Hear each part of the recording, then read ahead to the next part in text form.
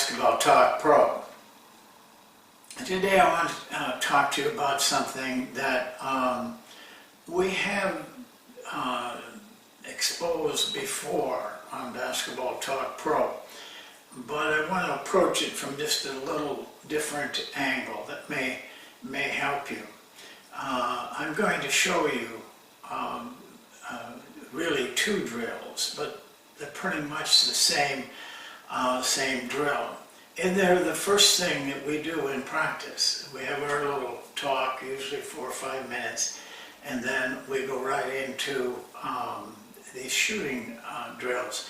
And the history behind it is that when I was just starting out in college coaching, and it carried through for a number of years, every summer I would immerse myself in one aspect of coaching. One summer it was warm-up and conditioning. And I went to Dr. Councilman, who was the great swimming coach for Indiana University. And he was a very pioneer in a lot of things. And I think anybody was foolish not to read his book at least. And because he really had for that time, some innovative ideas. And he was not as carried away with time you spent on something. For example, warming up. He said that 5 to 10 minutes is all you need. You'll be warm. Your body will be ready after 5 to 10 minutes. You don't need a half hour or even more. He also said about conditioning, and you've heard me say this every once in a while I show you the conditioning drill that I use, which I got directly from Councilman.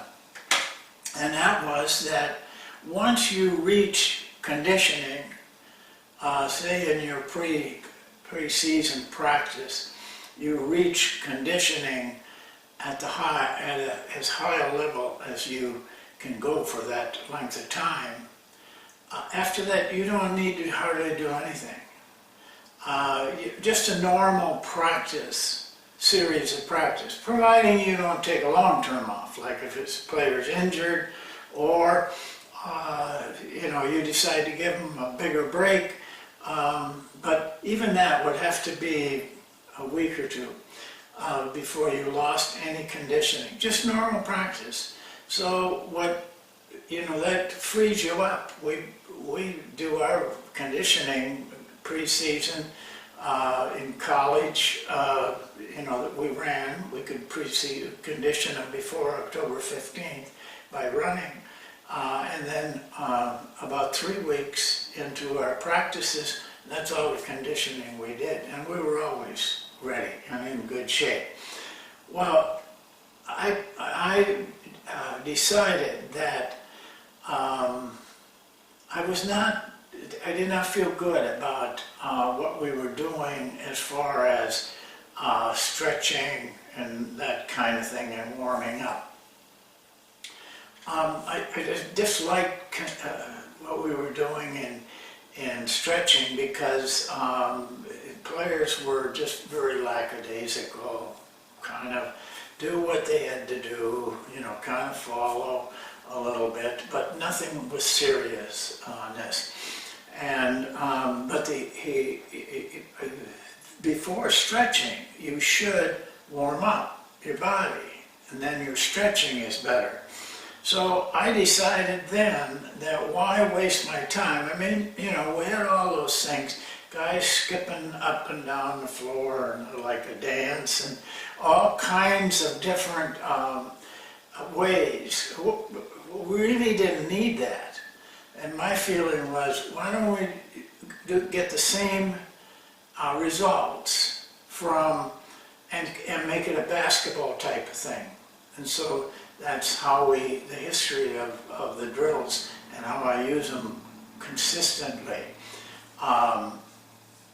Actually, this and what I do in the rest of the 25, 30 minutes before we really get into practice is more mental for me than it is physical. I'm trying to get the correct mental makeup before we really get into our defense and our offensive things. That the mind is not only quieted, but ready to learn. And so what we're doing here is quite a bit of mental work. We're preparing our players mentally. And the last thing I will say about these drills is that there is a certain amount of discipline that we're bringing about with the way we run these two drills, but they're almost exactly the same. You'll see when I go on the board. Because when you get your players to have discipline that you create for them, they accept that mentally and physically. It may take a while, but mentally they will eventually accept that, even if they don't like it, but they will accept it. And it starts right the way practice starts, when practice starts. And so I'm very sensitive to that. And I have cut down discipline problems tremendously by just doing that night after night. Well, this is a shooting drill.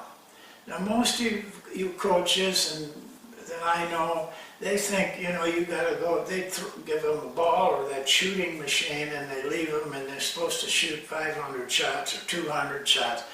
I think that's almost, I'm sure of it, it's just a waste of time. And so our shooting drills are more, not so massive as they are quality.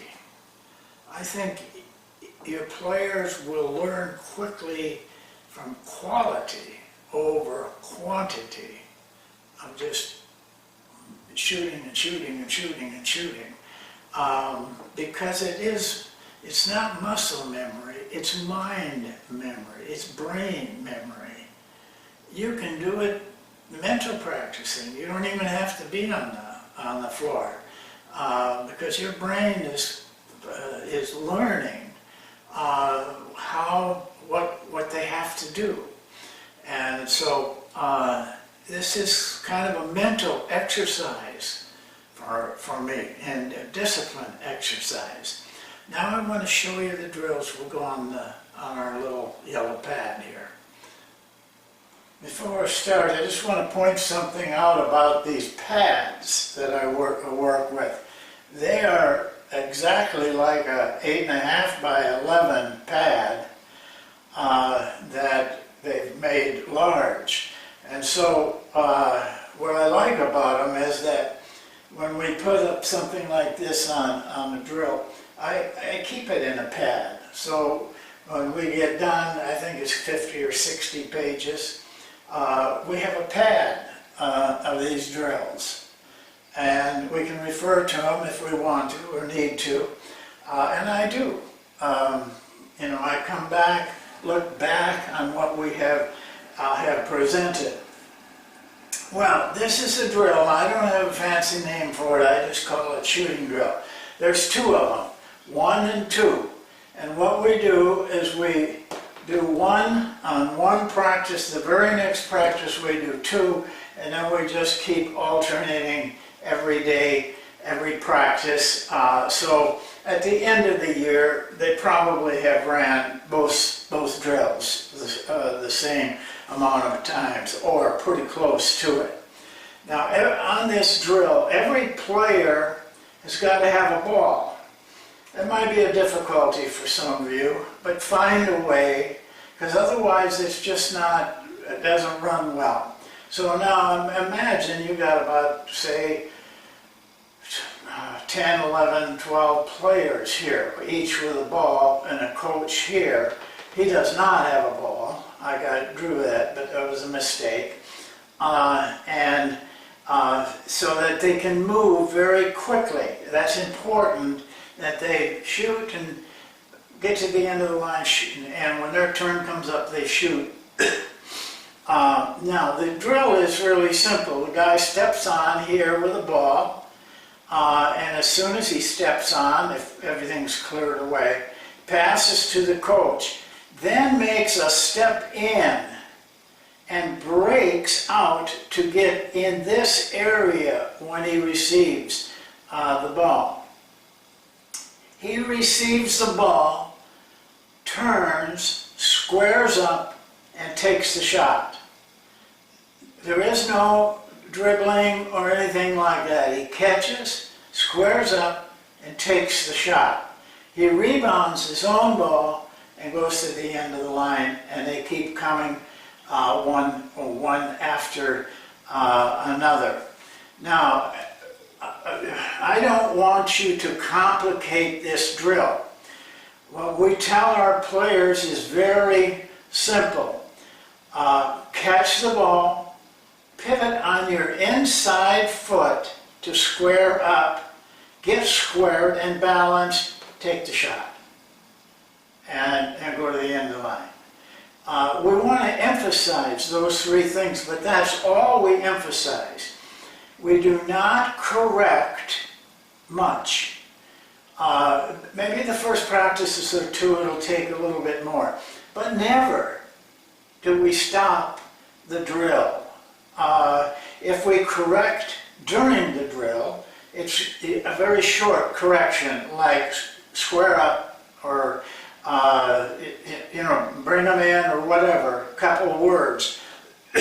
Then at the end of it, we can make corrections to an individual or to a group. Usually, for me, it's to the group. But once in a while, I have to talk to an individual. Now, we have a clock on this.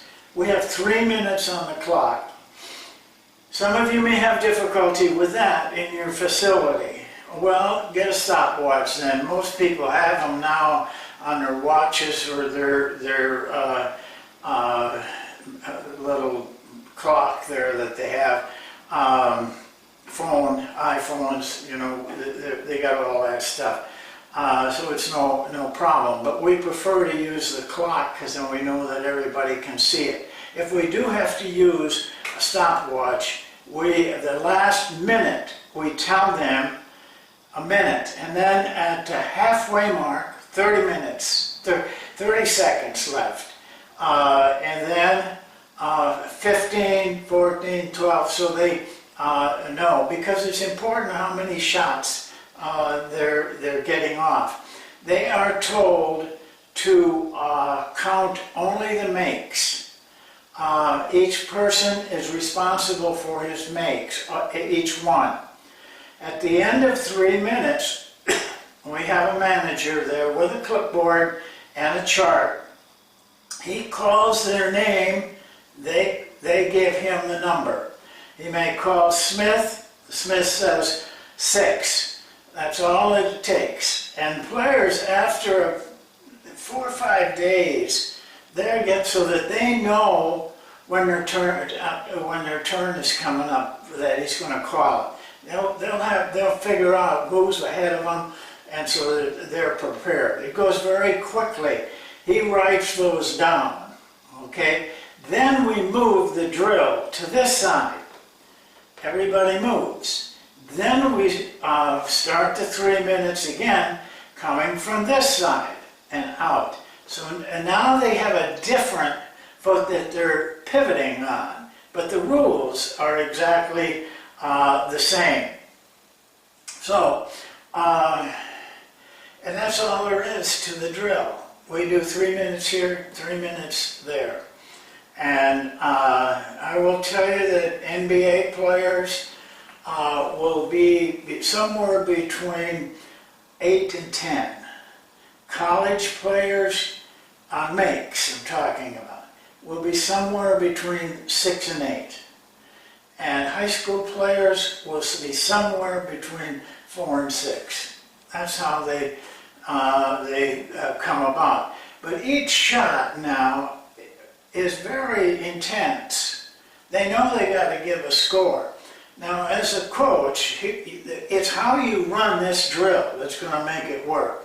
But as a coach, he will keep tracks, and we have a chart. It runs maybe 4 or 5 days because of it. You know, you have to do it twice, so when he's done with that sheet and needs a new clean sheet, he hands you that sheet that's all filled out. You need to study that, and you need to get information from it. It should total up each player. What did they do in, say, 5 practices? Then you can come up with an average form. It doesn't take long, maybe 10, 15 minutes of your time sitting in your office or at home. And because after 4 or 5 practices, you need to read off their numbers, or at least the range of how many makes they make. And then,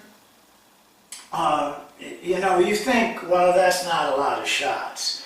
Well, when you do this every practice, one or the other, by the end of the season, it's a lot of shots, but they're quality shots. You'll find that the players begin to catch on. Players are much smarter than we give them credit for. They catch on, and they want to, the good ones especially, want to be the leader. They want to, when I read off those scores, they want to be on the top, you know. So it gets, they concentrate. So it's a quality type of shot. Now over here, we have a different, both of these cuts, by the way, to the ball are things that we do in our offense, and they fit what we're trying to learn as a shot. This one, the guys are on the sideline with the ball. Coach is over here. Manager's over here. Guy steps on, passes across court to him, to the coach. Goes all the way down and then cuts to the elbow. Same thing. Pivot on your inside foot, square up and shoot. Nothing else. No fakes or dribbles or anything else. And everything else is run the same as that number 1. We always, the first practice, we always use number 1 and then 2 and back and forth, so that this is a better teaching mechanism in my mind. Now they're ready. They know what they're going to do even by the second day. The shot that we're getting here, I want to point something out. That is not going to be an exact shot there or an exact shot there. Yeah, but you can't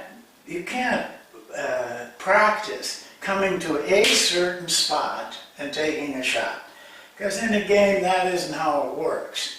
But you're teaching the mechanism and the philosophy and the mental part of shooting here. Whether the shot's here or you're breaking up here, that's going to happen in a game. But the shot is not that much different. And so you're still practicing a certain kind of jump shot. And that's what we do. It takes about 10 minutes to run both sides and give the score. Your players will if you're doing it right, will, after 4 or 5 times, they'll be able to run the drill themselves. You know, they really, and then they really get into it. Some of them do. You know, that'll tell you something. The really players, the competitive players, take to this. You know, they want to know. Now, I know your question, well, they can cheat if they're, yes, they can. They can. What I do for that, I don't want to make a big deal out of it, because then you're almost telling them how to do it. I just tell them this, that if you are cheating, eventually you'll get caught, because myself or someone else, like the manager or assistant coaches, are going to pick a player, and they're going to keep track of him for that day's drills. Just one player. But you know, as you go along, if you do that every day, you find out if anybody's cheating. I make a point here, though. I make a point on cheating. Who are you cheating but yourself? You know, you should want to know where you stand. It isn't a matter of what good does it do to cheat? You're not getting penalized by not being getting a certain score. We would never do that on this. So there's no sense to cheat. And after a while, they figure that out also, and they want to do well and do the right thing. If you run it every day of practice, you get a lot of work in. Maybe you didn't spend a lot of time on it today, but it all piles up day after day. In fact, consistency of doing something every day is the key to getting into a groove, so to speak, where you're teaching your brain, and the brain is teaching your muscles or responding to your muscles. That's the way it has to be. Consistent, repetitious practice. Well, that's it for today. I'm going to curtail this, not curtail, but the next step is what I want to get into with you is, this is all important in a package, and I'll show you that in the next session. So we'll see you next time.